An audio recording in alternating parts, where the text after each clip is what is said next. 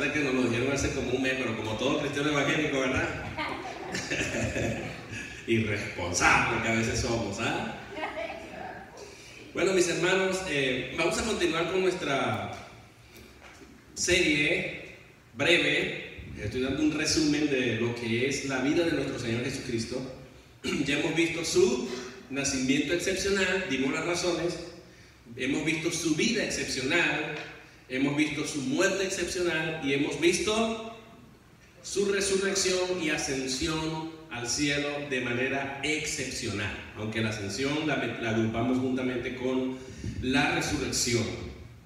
Y como efecto, esto trajo que los discípulos no fueran personas inactivas, pasivas, tranquilas, calladitas, tímidos, temerosos. No, ellos trastornaron, amados hermanos, el imperio romano, lo pusieron de cabeza. Y usted y yo, como si fuera poco, somos el producto de la muerte de muchos de ellos y de la predicación de muchos de ellos y de la palabra que ellos mismos nos dejaron escrita como constancia de que Jesús realmente resucitó. Pablo dijo en la carta a los Romanos capítulo 10, versículo 8, él dijo, y esta es la palabra de fe que predicamos. ¿Cuál es la palabra de fe que predicamos? Yo no cambio esa palabra de fe que predicamos, mis hermanos. Es la palabra que se ha predicado a lo largo de la historia y es la única que puede transformar las vidas. A donde no puede entrar un policía para cambiar a alguien, donde no puede entrar una pistola, una Magnum .45, donde no puede entrar, hermanos, una ametralladora o algo, entra la palabra de Dios y transforma la vida de cualquier persona. Porque la palabra de Dios tiene ese poder de convertir al más vil pecador. ¿Y cuál es la palabra de fe que predicamos? Que si creyeres en tu corazón que Dios levantó a Cristo de los muertos, entonces serás salvo. Eso es lo que dice Pablo en Romanos capítulo 10, 8 a 9. Esta es la palabra de fe que predicamos, que si creyeres en tu corazón que Dios levantó a Jesús de los muertos, que si confiesas con tu boca, que dice que si confesares con tu boca que Jesús es el Señor y que Dios levantó de los muertos, entonces serás salvo, porque con el corazón se cree para justicia, pero con el corazón se confiesa, porque con el corazón se cree para justicia, pero con la boca se confiesa para salvación. Y el que a él venga no será avergonzado. Ya se me están trastornando los textos de la Biblia, así que me disculpen, mis hermanos. A esta hora de la vigilia, donde no hay ni sancocho, ¿verdad? Ni sopa, ni hervido, ni nada, ya que más puede quedar, ¿verdad, Salvador? No, muy bueno el cafecito, la galleta y todo, hermano. Lo único que me lo tuve que beber casi sin azúcar, por culpa de un hermano que me dijo, no hay azúcar. ¿Ah? ¿Quién será ese hermano? ¿Dónde está ese hermano por ahí? Me quería ayudar, ¿verdad? Porque el azúcar no es buena. Así es. Pero tranquilo, hermano, eso que me comiera casi todas las galletas que tenían azúcar alrededor de la mesa, ¿no? Bueno, vamos a entrar en el tema porque yo sé que ustedes ya quieren entrar en la palabra. ¿Cuál es la palabra de fe que predicamos? La resurrección de Cristo. Confesar y creer en el corazón que Cristo efectivamente resucitó. Vamos a abrir nuestras Biblias en 1 Corintios capítulo 15, donde vamos a ver un poco más sobre la resurrección de Cristo, por qué debemos creerla, y vamos a tratar de dividir esta pequeña predicación en dos argumentos a favor de la resurrección de Cristo, o más bien tres, vamos a poner tres. Vamos a ver lo que dice el apóstol Pablo a unos griegos. Recuerden que Corintios era una iglesia, una comunidad griega, y esta iglesia estaba ubicada en Corinto, donde por supuesto estaba muy permeada la filosofía estoica y la filosofía de los epicúreos, de los griegos, y para ellos era irreconciliable, filosóficamente hablando, que alguien, que este cuerpo, hermano, que deja de bañarse, usted deja de bañarse 3 días, se pone hediondo y podrido. En la filosofía estoica griega ellos decían, no, que yo voy a resucitar, nosotros vamos a resucitar. Eso era algo que era inconcebible para ellos. De hecho, a esta misma gente que Pablo le habla, muy probable que esté ligado a la experiencia de cuando Pablo predicó en Hechos capítulo 17. Ahí estaban los epicúreos, estaban los estoicos, estaban los filósofos allí en Atenas, y Pablo les estaba predicando, y hubo un grupo de personas que se convirtieron y estaban muy animosos escuchando a Pablo, hasta que Pablo mencionó el tema de la resurrección. Cuando Pablo tocó el tema de la resurrección, le dijeron, no, chicos, tú lo que estás es loco. ya te volveremos a escuchar otra vez sobre ese tema. Y se fueron, le dieron la espalda y se fueron.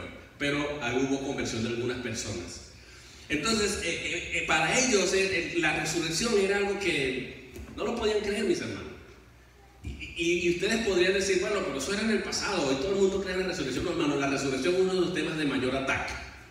Morrison fue un autor ateo que dijo, yo voy a desvirtuar la resurrección, porque, hermanos, si se desvirtúa la resurrección solamente, si pudiéramos conseguir pruebas de que Cristo realmente no resucitó y pudiéramos destruir los argumentos a favor de la resurrección, se acabaría el cristianismo. Porque el fundamento del cristianismo está anclado sobre ¿qué? Sobre lo que hablamos el día de hoy, pero más aún en la resurrección, porque la resurrección le da base a lo que Cristo realmente es e hizo y prometió. Ese es el punto. Entonces Morrison dijo, voy a desvirtuar la resurrección, y empezó a investigar y a unir pruebas, y terminó escribiendo un libro que se llama ¿Quién removió la piedra? ¿Quién movió la piedra? Terminó convertido al cristianismo y se convirtió en uno de los más grandes apologistas o defensores de la fe cristiana. Lo mismo le pasó a Josh McDowell, un hombre ateo desafiado en un recinto universitario por un grupo de estudiantes, y él dijo, ellos le dijeron, crean en Jesucristo, y ellos le dijeron, él le dijo, yo no creo en religión, y ellos le dijeron, no estamos hablando de religión, estamos hablando de Jesucristo, un personaje histórico. Histórico, dijeron, y él dijo, sí, yo no creo en eso. Bueno, pero usted como profesor universitario, usted que es ateo, usted dice que ustedes tienen que documentarse, tienen que tener una referencia para poder soportar su idea. ¿Cómo no crees? ¿En qué se ha basado? ¿Usted ha investigado? Y el hombre se sintió desafiado, dijo, tiene razón, voy a investigar. E investigó, dijo, voy a desvirtuar la resurrección de Cristo, yo voy a encontrar pruebas de que la resurrección es un fraude. Y el hombre investigó y buscó, investigó y revisó y buscó, hermanos, y terminó escribiendo un libro que se llama Evidencia que exige un veredicto, y otro libro que se llama Más que un carpintero, y otro libro, hermano. Y cuando el hombre ha escrito 165 libros hasta el 2014, no sabemos si ha escrito más, a favor de la fe cristiana, porque encontró que la resurrección efectivamente se efectuó. Y así podemos pasar un rato hablando de lo mismo. El general Wallace, también un gobernador inglés, creo que era, y escribió una película, una novela más bien, que se llamó Ben Hur, que se convirtió en una novela o una película de cine cinematográfica, donde él habla de que Cristo realmente y la Biblia es la palabra de Dios. Este general era tan orgulloso que una vez vio al rey de Inglaterra inclinándose ante la Biblia y le dijo, ¿por qué usted se inclina ante ese libro? Eso es un libro cualquiera. Y él le dijo, no, porque este libro fue inspirado por Dios y es un libro que habla del resucitado. Y él dijo, ¿en serio?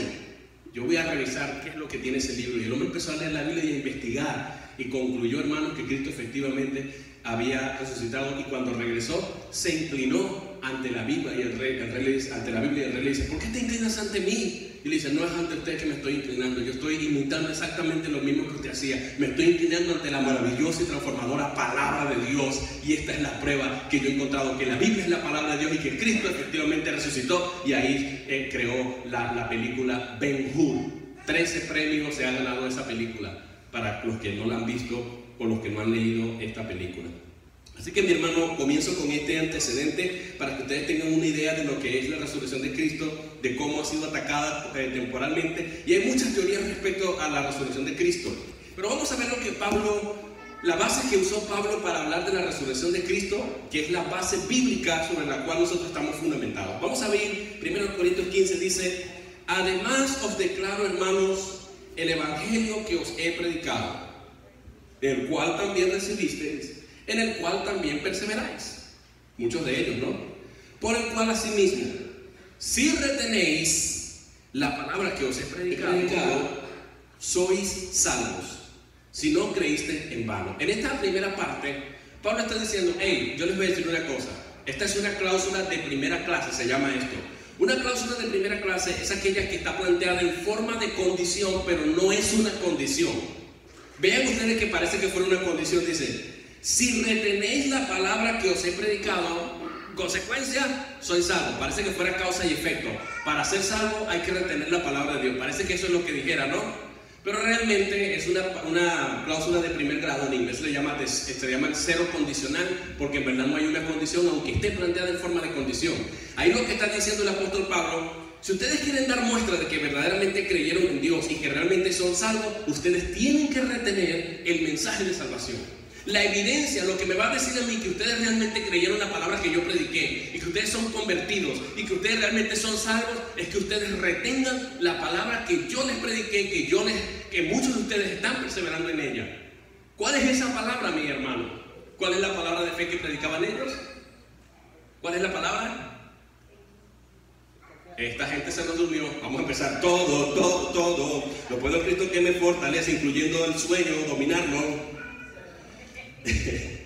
Sí, la resurrección. Digan conmigo la resurrección. Sacudo un hermano y díganle la resurrección. Pablo les había predicado a estos, probablemente, les repito, probablemente en Atenas les había predicado a ellos, se habían convertido muchos de ellos, muchos estaban influenciados por la filosofía epicúrea y estoica, les costaba creer en la resurrección, aparentemente habían dado un acto de conversión y habían supuestamente creído. Muchos de ellos realmente se habían convertido y estaban perseverando, pero había unos que decían, me gusta mucho el cristianismo, y estaban metidos en la iglesia, pero Pablo dice, ustedes como que creyeron en vano. La evidencia que me dice a mí que ustedes creyeron en vano es que ustedes no están reteniendo la doctrina completa. Porque ellos aceptaban que Cristo había nacido. Ellos aceptaban, hermanos, la vida de Cristo excepcional. Ellos aceptaban estos 4 de los principios. Pero cuando llegaban al punto de la resurrección, decían, todas nos gusta el cristianismo menos la resurrección. Y ahí es donde Pablo dice, si ustedes no creen en la resurrección, ustedes no han creído verdaderamente. La evidencia de que ustedes han creído verdaderamente y que ustedes realmente son salvos, es que ustedes tienen que retener el evangelio completo, que son nacimiento, ¿qué más el otro? Vida de Cristo, muerte, crucifixión, resurrección y ascensión al cielo. Ellos se quedaban con todo menos con la resurrección. Y ahí había un problema, porque eso significaba que Cristo estaba en la tumba todavía. Eso significaba que los que habían muerto antes de la conversión de esos cristianos corintios que dudaban de la resurrección, habían muerto con una esperanza falsa. Pero significaba peor aún que ellos, aunque habían recibido el evangelio, no habían creído de verdad. Habían tenido una fe superficial y por lo tanto no eran verdaderamente salvos. Porque si tú dudas de la resurrección, que es el milagro más glorioso que se ha tratado de desvirtuar a lo largo de la historia, ¿por qué atacan la resurrección? Porque es la ancla del cristiano. Es el ancla del cristiano, es la base de la fe cristiana. Es el sustento de nuestra fe. Nuestra fe no es una fe ciega, es una fe que está basada en un hecho histórico. ¿Cuál es ese hecho histórico? La resurrección de Cristo. El hecho es tan histórico, mis hermanos, que la historia está dividida en dos. ¿Y saben a partir de cuándo se divide la historia? Aunque lo plantearon desde el nacimiento de Cristo, se dio debido a la resurrección de Cristo. Si Cristo no hubiese resucitado, la historia no se hubiese podido dividir, porque Cristo hubiese quedado como un gran mentiroso. Él dijo que iba a resucitar y no resucitó, ¿cierto? Ese es el punto. Y hoy, usted abre un libro de ciencia, bueno, ya actualmente, como han tratado de sacar a Dios de las escuelas y todo esto, los libros de ciencia han puesto antes de la era común, después de la era común. Pero hasta hace unos 10 años atrás, cuando todavía uno leía los libros de ciencia, de filosofía, de cualquier cosa, este evento ocurrió 300 años DC, significaba después de Cristo, o AC, antes de Cristo. Tenían que poner el evento y plasmarlo en la historia y testificar de Cristo. Por todos los siglos, los libros seculares testificaron que el evento ocurrió tal año antes o después de Cristo. Y de esa manera estaban testificando que Cristo resucitó. Denle un aplauso al Señor.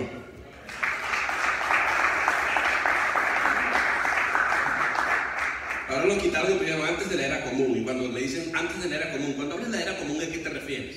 ¿Por qué se llama era común? ¿Cómo yo sé que no era una era común antes de la era común y cómo se llama era común?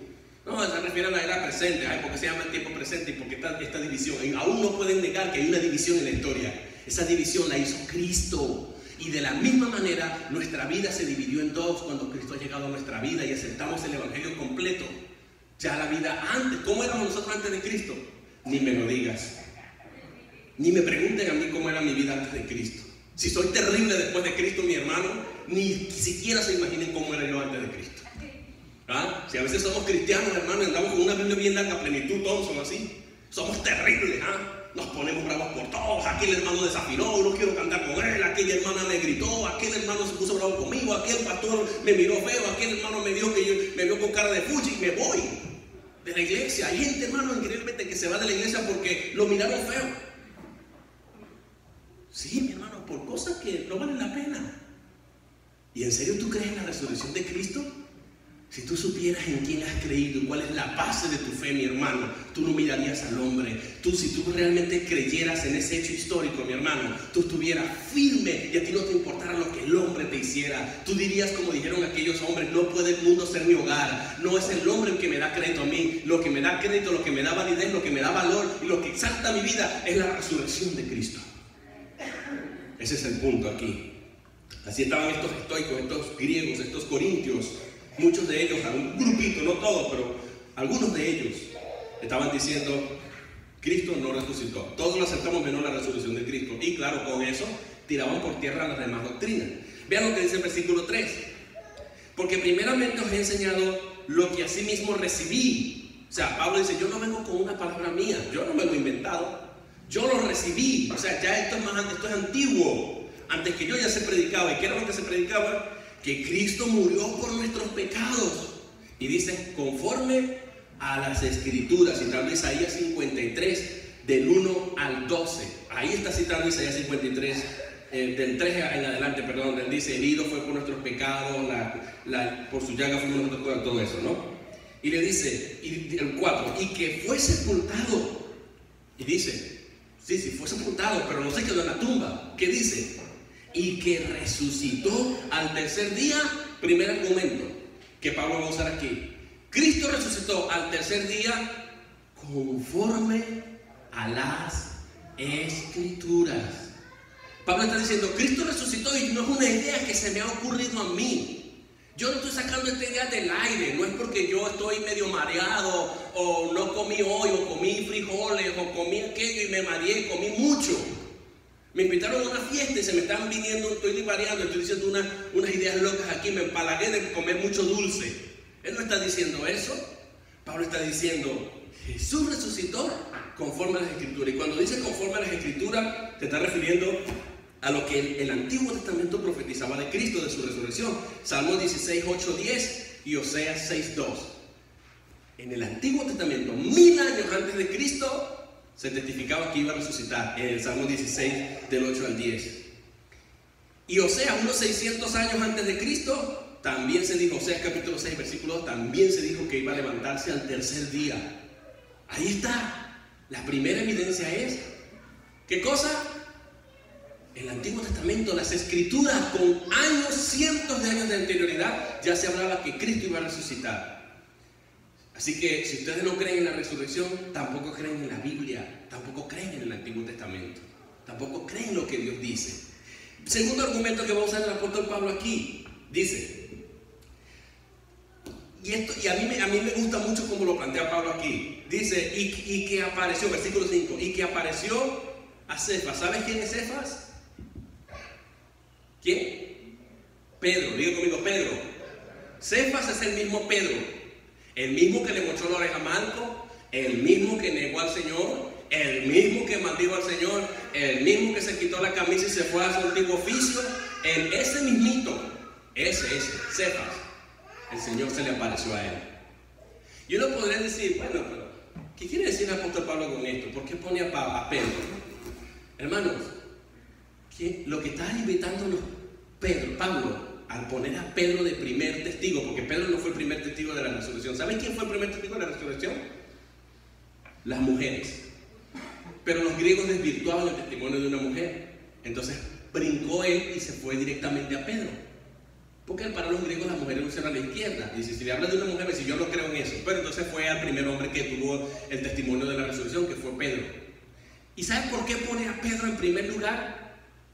Mis hermanos, porque ellos sabían que Pedro, mi hermano, era una persona, no lo quiero ni decir, era tarado. Nosotros decimos en Venezuela, bruto con B de burro. Será Pedro, mi hermano, pero una persona que le costaba entender. El Señor no había terminado de hablar y ¡pum! Y hablaba. Él daba una respuesta que era impulsivo, era una persona brava, era una persona que prometía y no cumplía, una persona mentirosa. Ese era Pedro. Fácilmente cambiaba de parecer. ¿Qué era él? ¿Cuál era el oficio de Pedro? Era un pescador, mi hermano. Él no había pisado la universidad, aunque se sabía la Torá, porque los niños a los 11 años tenían que aprenderse la Torá de memoria. No como hoy día que tenemos 20 años en el Evangelio y no sabemos en Filipenses 4:13, todo lo puedo en Cristo que me fortalece, de ahí nadie me saca. La cabeza no nos da para más, dice alguien, ¿no? Pero esta gente se aprendía la Torá, mi hermano. No vayan a agarrar piedra y me vayan a apedrear. Estoy hablando en línea general, ¿no?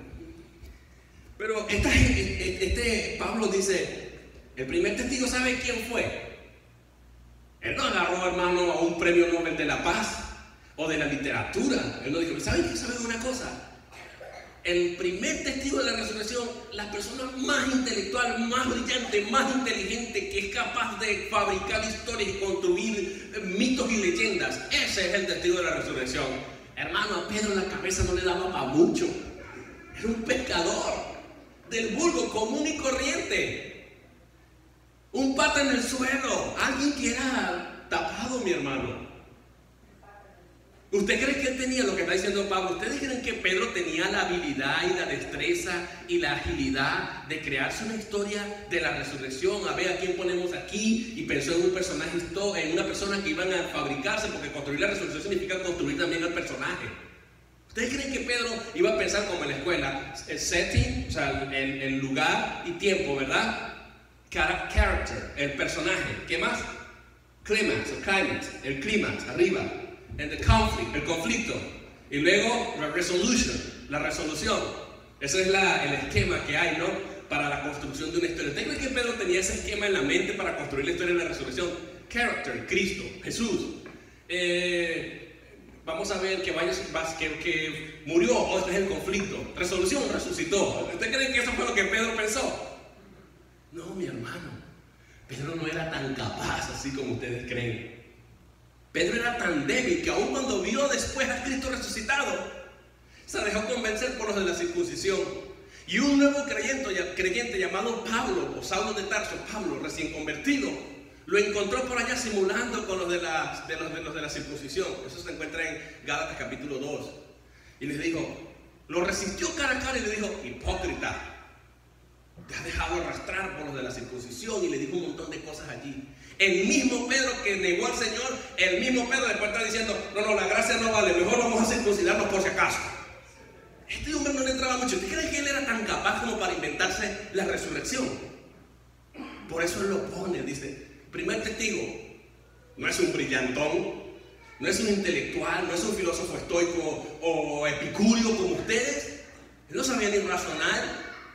El Señor le dijo, es bueno buscar en la Biblia cuántas veces el Señor le dijo solamente a Pedro, hombre de poca fe y también duro de cerviz. O sea, es una manera muy coloquial, muy suave, muy eufémica de decirle bruto con vez de burro, tapado. Sí, hermano. Los autores tradujeron eso de la mejor manera que sonara bonito, ¿verdad? Duro de cerviz. ¿Qué será cerviz? Que tiene el coco seco, que tiene el coco duro, que no le entra. Eso es lo que significa. Usamos la palabra coscorrón. No sé si ustedes los mexicanos, nosotros venezolanos decían a los niños, yo doy un coscorrón para que entiendan. Bum, bum, le damos, a ver si se le afloja aquí y le entra. Ese era Pedrito, hermano. Y que tú me vas a decir que Pedro la noche a la mañana se levantó y construyó la historia de la resurrección. Ese es un argumento muy fuerte. Por eso él pone a Pedro. Decía, oye, ¿verdad, Pedrito? No, Pedro, no, chico, yo conozco a Pedro. Muchos de ellos conocían a Pedro. Todavía estaban vivos muchos de ellos. Y probablemente Pedro estaba vivo. Lo podrían buscar y ver cómo era Pedro, cómo hablaba. Pedro hasta necesitó un secretario para escribir sus libros. Marcos era secretario de Pedro. Pedro no escribía. Pedro era mal hablado, hermano. Pedro, para decir policía, decía policía. Para decir Señor, tal vez decía Señor. Para decir evangelio, tal vez decía evangelio. Era tosco de habla, pero no era no era bueno en la retórica, no tenía filosofía ni retórica, ese no sabía ni hablar. Era Pedro. ¿Ustedes creen que era tan bueno como para inventarse la resurrección de Cristo? Digan conmigo, no. Pues entonces es un fuerte argumento, diga. Fuerte argumento. Si Pedro está hablando de la resurrección es porque lo vio. Es porque realmente ocurrió, porque realmente es un testigo fuerte. Esto es lo que significa. Luego va a saltar de Pedro y va a decir, después a los 12, se apareció a los apóstoles. Después dice, después apareció a más de 500 a la vez. Y cuando dice a la vez, significa que los vio, 500 personas vieron a Cristo en un mismo momento. ¿Saben qué han tratado de decir? Que esos 500 estaban alucinando. Científicamente imposible. ¿Saben por qué? Porque para que 500, usted puede alucinar, pero no pueden 2 o 3 personas alucinar al mismo tiempo. De un mismo evento no. Eso es científicamente improbable e imposible de toda posibilidad. Eso fue, cuando se levantó esa teoría, la desvirtuaron los mismos científicos, los mismos filósofos y los mismos psicólogos y psiquiatras. Los psiquiatras especialmente dijeron, no vale, es imposible alucinar 2 personas sobre un mismo evento, eso es casi imposible. Podría darse un caso aislado, pero que 500 personas digan que vieron a una misma persona resucitada y que le dio el mismo mensaje, eso es imposible. A la misma vez, a la misma hora, al mismo día, en el mismo lugar, eso es imposible. Por eso él pone el testimonio de los 500 hermanos. Y luego va a volver a decir, después apareció a Jacobo, después apareció a más de 500 hermanos a la vez, de los cuales muchos viven aún, ahí estaban. ¿Quieren? Vayan y entrevístenlo. Muchos viven, vayan y entrevístenlo. Y otros ya duermen. Bueno, y algunos se murieron, ya ellos ni modo, ya no lo van a poder entrevistar, pero vayan y entrevisten a los que viven. Y si quieren, vayan y búsquenlo aislado. Vayan y busquen uno por aquí, busquen otro y díganle que le cuente qué fue lo que vieron. Van a decir exactamente lo mismo. Eso no es alucinación. Versículo 7. Después apareció a Jacobo. Y uno dice, ¿por qué Pablo metió a Jacobo aquí? Porque Jacobo era el medio hermano de Cristo. ¿Y sabes, mi hermano, que Jacobo no creía en Cristo hasta que resucitó? Lo que llevó a Jacobo a convertirse fue precisamente la resurrección de Cristo. No sé si ustedes recuerdan cuando Cristo se quedó por mucho largo predicando y de repente apareció María con los hermanos de Cristo y entre ellos estaba Jacobo. Y dijeron, chicos, tú estás loco, ¿cómo te vas a pasar aquí todo el día hablando sin comer ni nada? Y ahí Cristo dijo unas palabras muy bellas, que es, y le dijeron, Señor, te buscan tus hermanos, tu mamá y todo esto. Y le dice, ¿sabes una cosa? Mis hermanos y mi mamá y mi padre son aquellos que hacen la voluntad de Dios, que oyen la palabra de Dios y la guardan. Esos son mis hermanos, esa es mi verdadera familia, la verdadera familia trascendental, en pocas palabras, fue lo que Cristo dijo. Pero aquí Jacobo es un testigo clave, porque él no creía en Cristo hasta que resucitó. Se convenció porque realmente resucitó. Entonces es un argumento fuerte. Y luego dice, dice, después apareció a Jacobo, después a todos los apóstoles. Recuerden que primero apareció, no estaba Tomás, después apareció y ya estaba Tomás. Fueron 2 veces que se apareció. Y aunque en el versículo dice los 12 y después a los 12, todo el mundo conocía a los discípulos de Cristo como los 12, aunque sabemos que allá no estaba Matías y ese día no estaba tampoco, ¿cómo se llama el otro? ¿Quién? No estaba ni Matías, ni Judas, porque Judas se había ahorcado, ni estaba Pablo, fue bueno, pero estamos hablando de los 12 apóstoles. ¿Quién no estaba allí? Tomás, el incrédulo, lo acabo de decir en la prédica anterior. Tomás no estaba en ese primer momento. Pero entonces, ¿por qué Pablo dice los 12? ¿Estaba mintiendo a Pablo?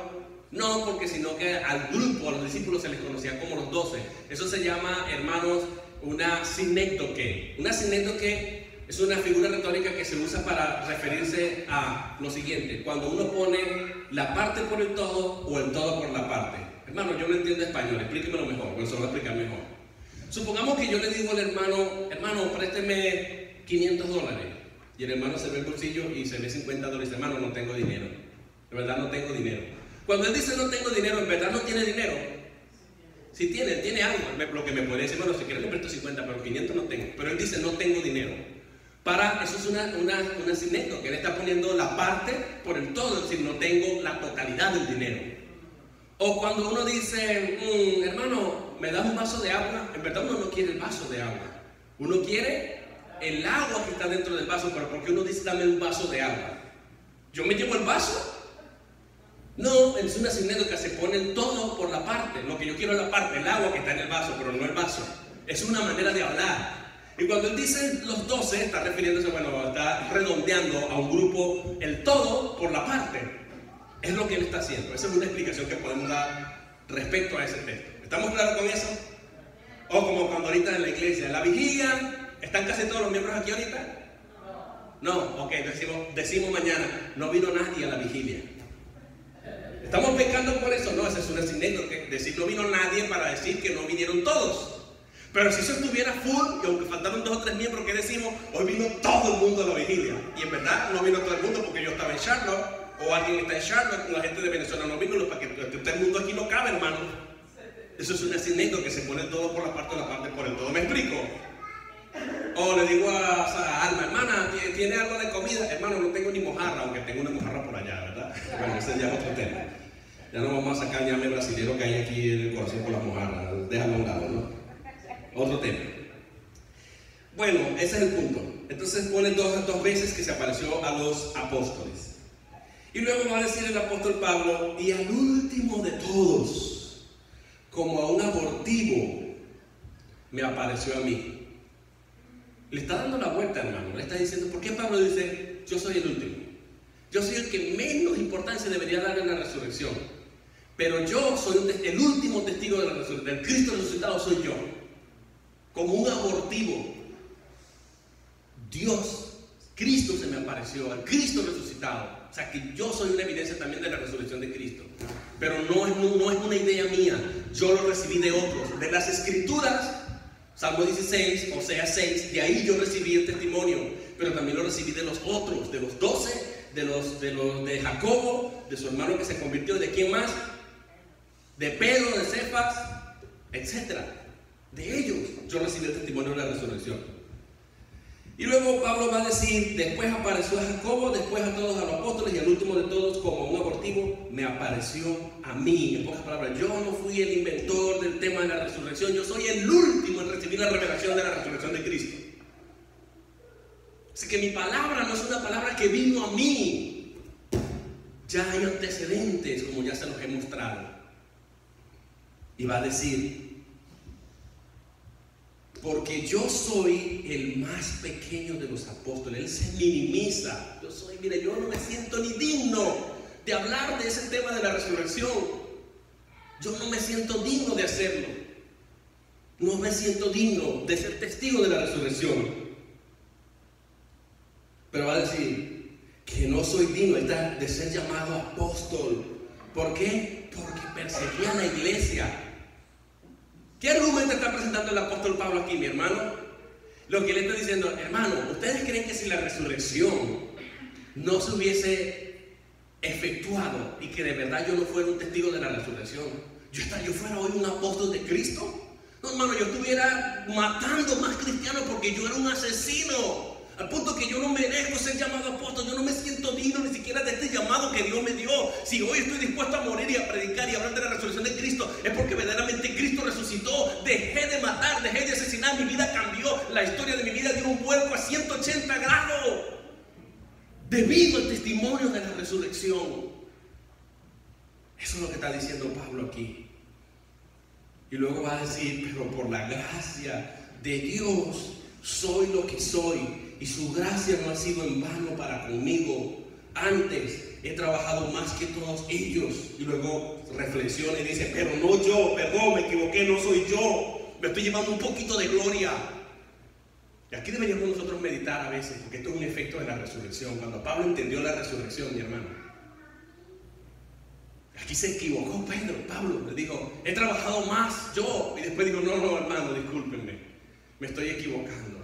No es que yo soy muy bueno en la música, no es que yo soy muy bueno en la predicación, no es que yo soy muy bueno arreglando iglesias, no es que yo soy muy bueno en esto, yo tengo este don y yo tengo aquello. No, hermano, no somos nosotros.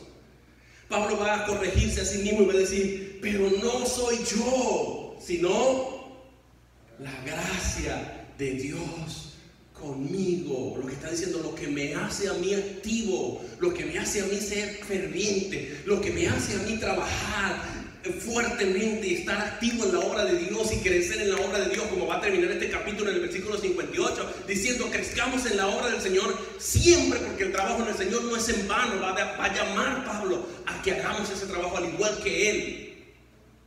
La única razón por la que usted puede ser un miembro activo, que está buscando qué hacer, que está buscando cómo predicar, cómo poner al servicio sus dones, sus capacidades, sus habilidades, su destreza, todo, hermano, es cuando usted entiende que realmente Cristo resucitó y usted se siente indigno y usted sabe que aún lo que haga es insignificante, porque usted no hace lo que hace porque usted quiere, porque usted es tan bueno, porque usted es muy generoso, sino porque usted ha entendido que usted no se merecía nada. Usted iba por un despeñadero sin fin, usted iba hacia el infierno eterno, y la mano de Cristo se interpuso entre el infierno y tú para detener y salvarte, y levantarte, y dignificarte. Eso lo hizo Cristo para ti.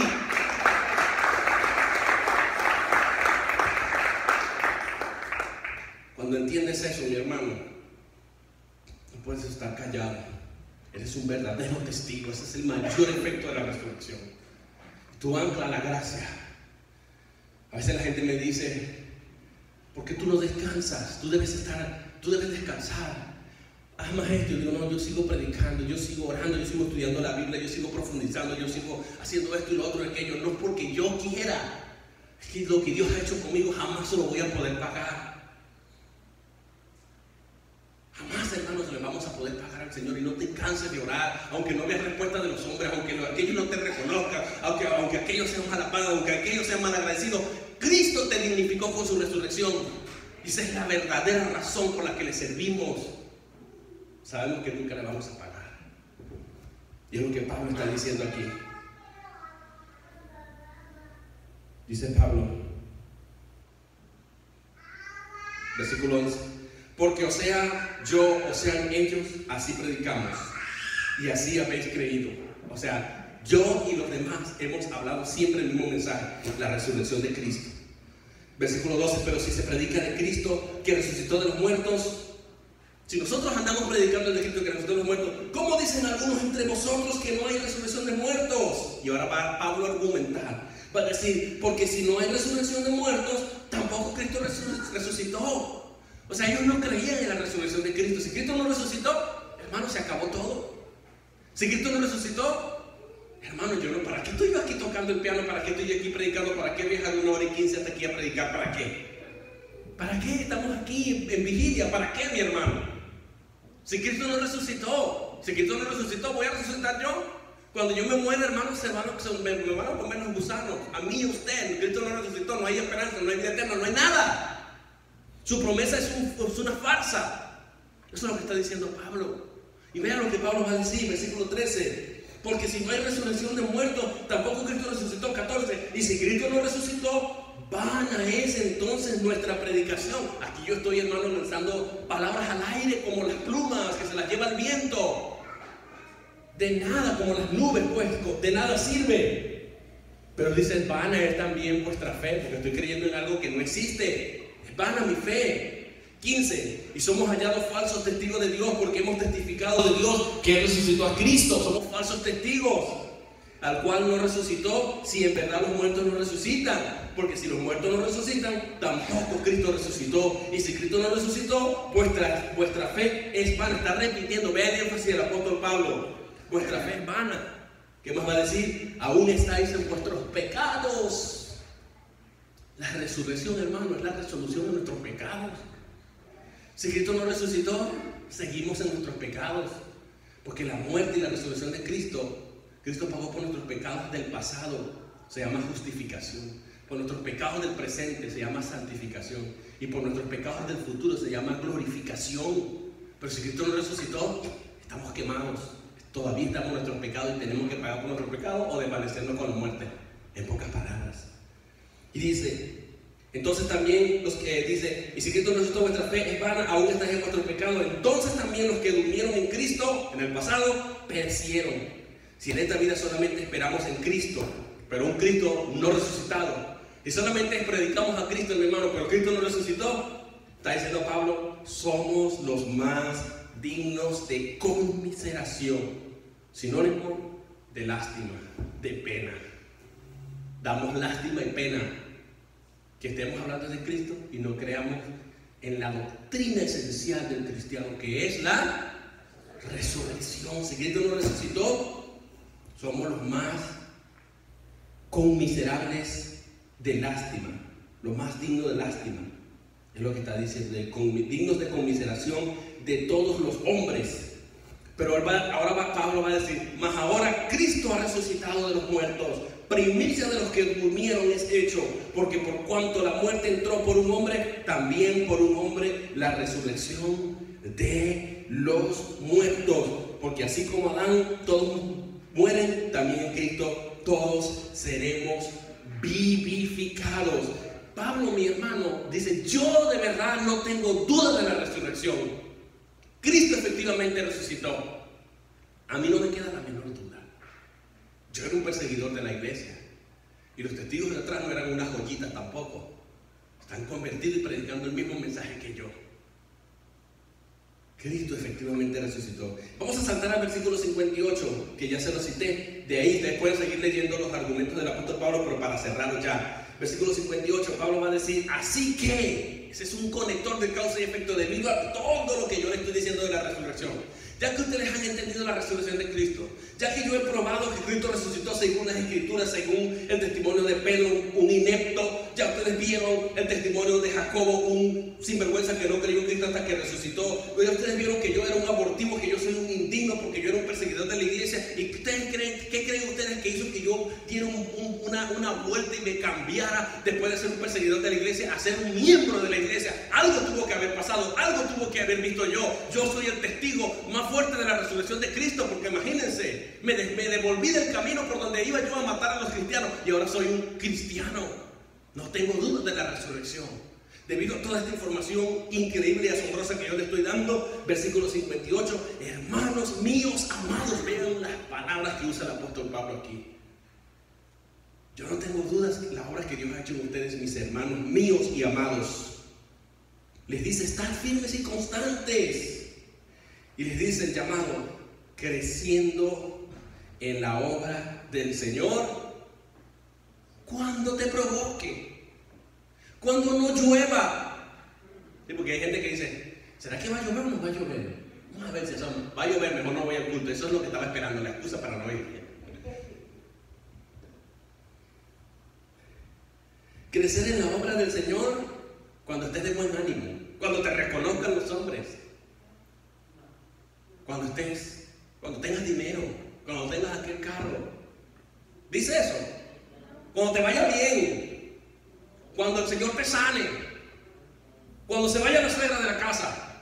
¿Dice eso? No dice eso, ¿verdad? Cuando se amance la cuaima, dijo otro. No dice eso. Creciendo en la obra del Señor. Me gusta este adverbio. ¿Cuándo? ¿Con qué frecuencia? ¿Con qué frecuencia? Siempre. Siempre significa always. Ese es el sinónimo, siempre. ¿Sabes lo que significa siempre, hermano? Cada milésima de segundo, cada decena de segundo, cada minuto, cada hora, cada día, cada semana, cada mes, cada año, durante el resto de tu vida. Lo que está diciendo el apóstol Pablo, mire, tracen una línea del tiempo. Desde a partir de que tú eres cristiano, vamos a suponer que esta viga que está aquí es cuando yo me hice cristiano. Hagan una línea del tiempo. Vamos a suponer que ya yo estoy aquí donde está esta forma del aire, esta ventanilla del aire. Sí, diga, mira, este es el recorrido que tú tienes. Da una retrospección hacia atrás en la línea del tiempo y dime cuánto tú has crecido en la obra del Señor. Es que hay hermanos que no tienen ningún tipo de fruto. Y decimos que creemos en Cristo. Muchas veces estamos creyendo en un Cristo, pero no en el Cristo de la resurrección, no en el Cristo resucitado. Y por eso no tenemos obras. No somos salvos por las obras, pero la evidencia de que verdaderamente somos salvos es que crecemos en la obra del Señor. El cristiano tiene que dar fruto al 30, al 60 o al 100 por uno. Por eso a mí me gusta siempre trazar una línea del tiempo y decir, yo empecé aquí y voy a ver qué tanto he crecido. Quiero ver qué tanto he crecido. Y voy a ver cuáles son mis desmayos como cristiano. Si usted entendiera, hermano, el efecto de la resurrección y su indignidad de hacer la obra en el Señor, que usted no tiene ningún mérito, haga lo que haga, así camine de rodillas durante toda su existencia, usted jamás le va a poder pagar el gran sacrificio que Cristo pagó por usted en la cruz y su resurrección. Si usted supiera la promesa de la que usted es portador de la promesa de la resurrección. Ustedes se imaginan, mi hermano, las promesas de la resurrección, ¿saben lo que significa? Que nuestro cuerpo será un cuerpo que no necesitará de anteojos, será un cuerpo que no le saldrán más canas, será un cuerpo que no se le caerán más los dientes, será un cuerpo que no necesitará ningún tipo de prótesis, será un cuerpo, mi hermano, que no se va a poner hediondo jamás aunque usted no se bañe. Eso es una esperanza gloriosa. Para los que no les gusta bañarse, tienen esperanza, ¿verdad? Somos portadores de esa esperanza, mi hermano. Y cuando yo veo la línea del tiempo, allá en Venezuela decimos, ay, mi madre, ¿qué voy a recibir yo allá, Señor? No tengo nada. No tengo nada. O tú te ves y ves que vas creciendo. Yo siempre digo, aún cuando llegamos al Señor, hermano, éramos malos. Pero pasaron unos días y mira que la palabra de Dios entró en nuestra vida, entró la luz en nuestra vida y vamos siendo transformados en la misma imagen de Jesús. Vamos entendiendo la gracia de Dios y la resurrección de Cristo y decimos, wow, esto lo hizo el Señor por mí. Y entonces vamos involucrándonos más en la obra. ¿Qué puedo hacer? Tengo este don, tengo esta habilidad, tengo esta capacidad, tengo este talento, tengo este ministerio. Lo quiero entregar al Señor, porque aunque se lo entregue, Él mismo me puso y me dio estas habilidades. Aunque yo se los dé, no es nada. Por eso el salmista dijo, el Salmo 24, de Jehová es la tierra y su plenitud, el mundo y los que en él habitan, que usted mismo se le debe al Señor. Está en deuda con el Señor y te quejas por trabajar en el Señor. Por eso yo entiendo a Pablo cuando dice, crezcan en la obra del Señor siempre. Hay gente que se sienta en el mismo puesto donde se ha sentado desde que se convirtió. Se hacen el mismo moño aquí atrás por un lado las hermanas, desde el mismo día que se convirtió, y así el mismo moño, ¿no? Porque yo me convertí y la Biblia dice que quédate como creíste y como así, hasta la misma ropa que empezaron a usar, que convirtieron, esa misma ropa la están usando. Estoy exagerando, ¿verdad? Hermano, hay gente que no tiene, lo que quiero decir es gente que no tiene fruto, hermano. Hay gente que está en el mismo nivel. No se sabe ni un versículo de la Biblia. No sabe ni siquiera cuántos libros tiene la Biblia. No conocen su espada. Por eso viven una vida derrotada, triste, apagada, dependiente de los demás. No son activos, pasivos, con sueño en una vigilia.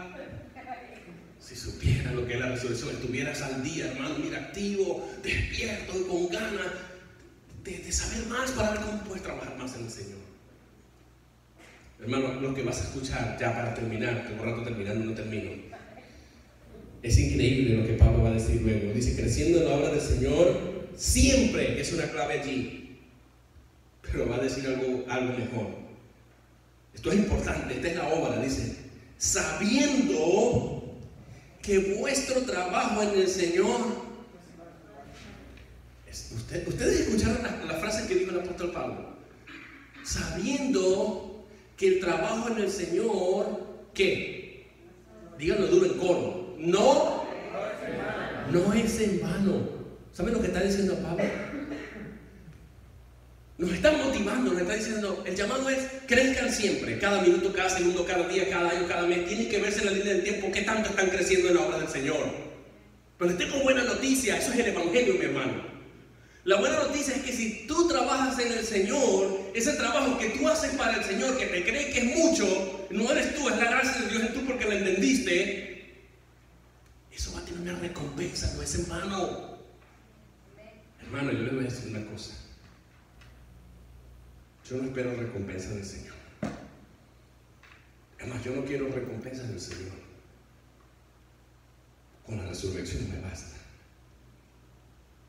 Pero Pablo nos está diciendo, ¿sabías una cosa? Que si tú trabajas y creces en la obra del Señor, el Señor no se conformó con dar a su propio Hijo en la cruz. El Señor no se conformó con darte su gracia, su misericordia, su amor, su benevolencia, su justicia.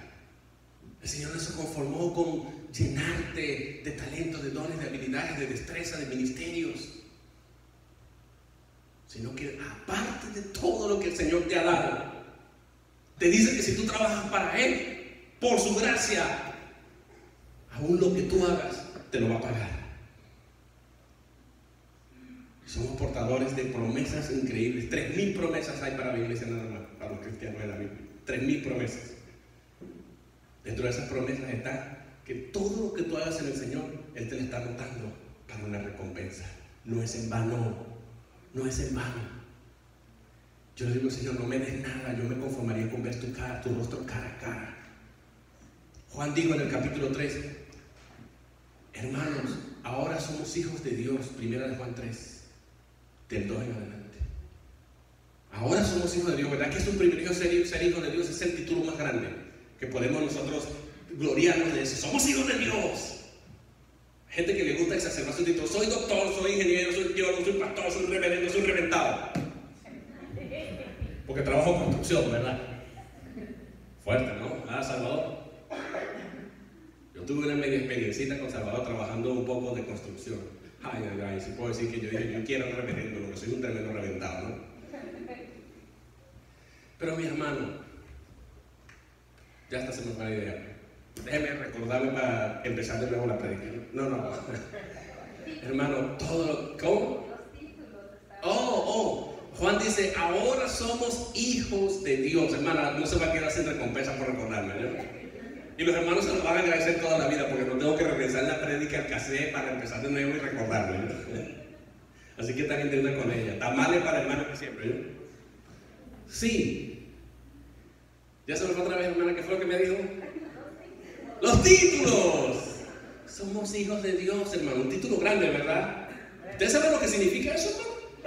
¿Ustedes saben lo que significa ser hijo de Dios? Eso es el título más grande, repito, el título más grande que usted pueda gloriarse, jactar, es que usted es un hijo, usted es una hija de Dios. Hágalo con dignidad. No diga, soy doctor, soy ingeniero, soy un hijo de Dios. Y aquí el sistema nos dice, no digas que eres evangélico si quieres este trabajo. Cuando me contrataron, la empresa me llamó y me dijo, no digas nunca que eres pastor ni que eres cristiano en las entrevistas. Cuando llegué a la entrevista, la primera cosa que dije, soy cristiano y sé trabajar con gente porque fui pastor y conozco de diversidad. Creo que puedo ser efectivo como maestro. ¿En serio? ¿De qué denominación? Soy bautista. Ah, yo también soy bautista, gloria a Dios, somos dos en el equipo, me dijo la directora. El trabajo es tuyo. Imagínate si yo lo hubiese escondido. Si yo lo hubiese escondido, a lo mejor no hubiese sido tan exitoso en eso, ¿verdad? Porque el que honra a Dios, Dios lo honra. Entonces, los títulos son importantes. Y cuando dice, ahora, en esta época, en esta era, somos hijos de Dios.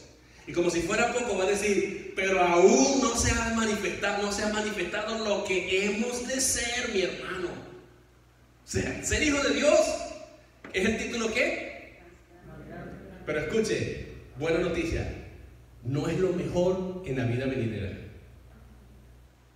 Él va a decir, aún no se ha manifestado lo que hemos de ser.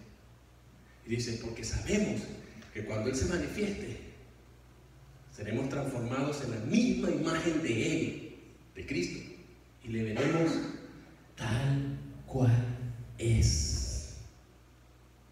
Para Juan dice, esa es una esperanza mayor que a las jactancias que podemos tener en esta tierra, en esta época, si soy un hijo de Dios.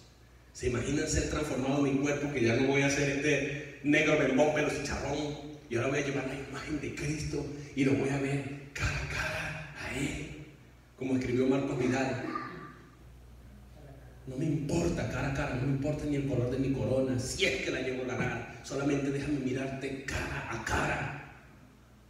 Para Juan esto era mayor que el título de ser hijo de Dios. Al menos así lo planteó él. Aún no se ha manifestado lo que hemos de ser. Cuando se manifieste y seamos transformados a su misma imagen, le vamos a ver tal cual es. Y nos llamó, dijo, y todo el que tiene esta esperanza se purifica a sí mismo, así como Él es puro. Esa es la razón por la que le servimos. Porque somos portadores de esa maravillosa promesa de que algún día ¿le qué? Le veremos cara a cara. No se vaya a mostrar tan espiritual como una vez pregunté, hermano, ¿qué es lo primero que usted va a hacer cuando llegue a encontrarse con Cristo? Hermano, yo vivo en el llano y en el llano hace tanta calor. Lo primero que yo le voy a decir, Señor, mira aquella nube. Permítame acostarme ya sobre aquella nube y ya conviértela en un algodón para dormir sabroso. en la frescura de la nube. Y otra dijo, lo primero que yo voy a hacer es tirarme a los pies, muy espiritual aquella, ¿no? A los pies del Señor y derramarme en lágrimas y decirle, Señor, ¿para qué me salvaste? Si yo era una cucaracha, un grillo y no sé qué. Muy espiritual. Pero la respuesta correcta es, la primera cosa que yo voy a hacer es verle cara a cara. Esa es nuestra esperanza. Para poder estar habilitados y verlo, vamos a tener que ser transformados en un cuerpo semejante al cuerpo de Cristo. Esa es la resurrección. Eso es lo que está diciendo Juan, mi hermano. Pablo habló en Romanos 8:21, la redención de nuestro cuerpo. Él dijo, el cuerpo, la transformación del cuerpo de la humillación nuestra. Este cuerpo nos humilla, se nos caen los dientes. Cuando me ven en el espejo me tengo que reír de los lados. Veo que me sale una pata de gallina por aquí, estoy arrugado. Me asusto a veces cuando me veo en el espejo. Se me toma un selfie y digo, bórralo rápido. Me asusto conmigo mismo, me espanto. El cuerpo nos humilla. A veces me quito los zapatos y digo, este cuerpo sí es humillante, que no venga a visita ahorita. Aquí es de queso pecorino. El cuerpo de la humillación nuestra. Pablo dice, tenemos la esperanza de que este cuerpo que nos humilla va a ser transformado, va a ser resucitado, va a ser redimido en un cuerpo semejante al cuerpo de Cristo. Denle un aplauso a Cristo, mi hermano, por eso.